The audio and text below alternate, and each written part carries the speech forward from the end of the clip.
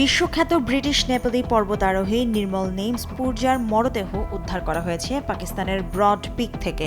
কয়েকদিনের অনুসন্ধান শেষে প্রায় ৫,৭০০ মিটার উচ্চতা থেকে তার মরদেহ উদ্ধার করে উদ্ধারকারী দল। এর আগে পাকিস্তানের কারাকোরাম পর্বতমালায় ৮,০৪৭ মিটার উঁচু ব্রড পিকে ভয়াবহ তুষার ধসে নির্মল পূর্জা সহ ১০ আরোহীর মৃত্যুর খবর নিশ্চিত করা হয়। নিহতদের মধ্যে নেপাল, যুক্তরাষ্ট্র ও ওমানের পর্বতারোহীরাও রয়েছেন। পদ্মা সেতু, মেট্রো রেল এবং এলিভেটেড এক্সপ্রেসওয়ে নির্মাণের গর্বিত অংশীদার বসুন্ধরা সিমেন্ট।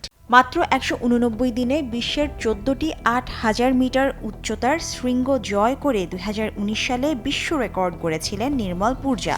পরে তার সেই অভিযানের গল্প নিয়ে নির্মিত নেটফ্লিক্সের তথ্যচিত্র 14 পেগস নাথিং ইজ ইম্পসিবল তাকে বিশ্বজুড়ে পরিচিত করে তোলে।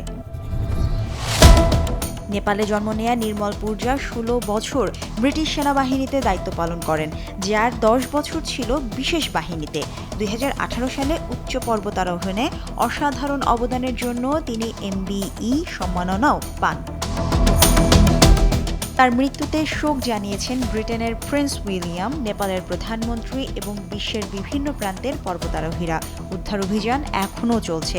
পাকিস্তান কর্তৃপক্ষ জানিয়েছে দুর্ঘটনাস্থলের কাছেই আরও কয়েকটি মরদেহ দেখা গেছে, যাদের পরিচয় নিশ্চিতের কাজ চলছে। Daily Sun.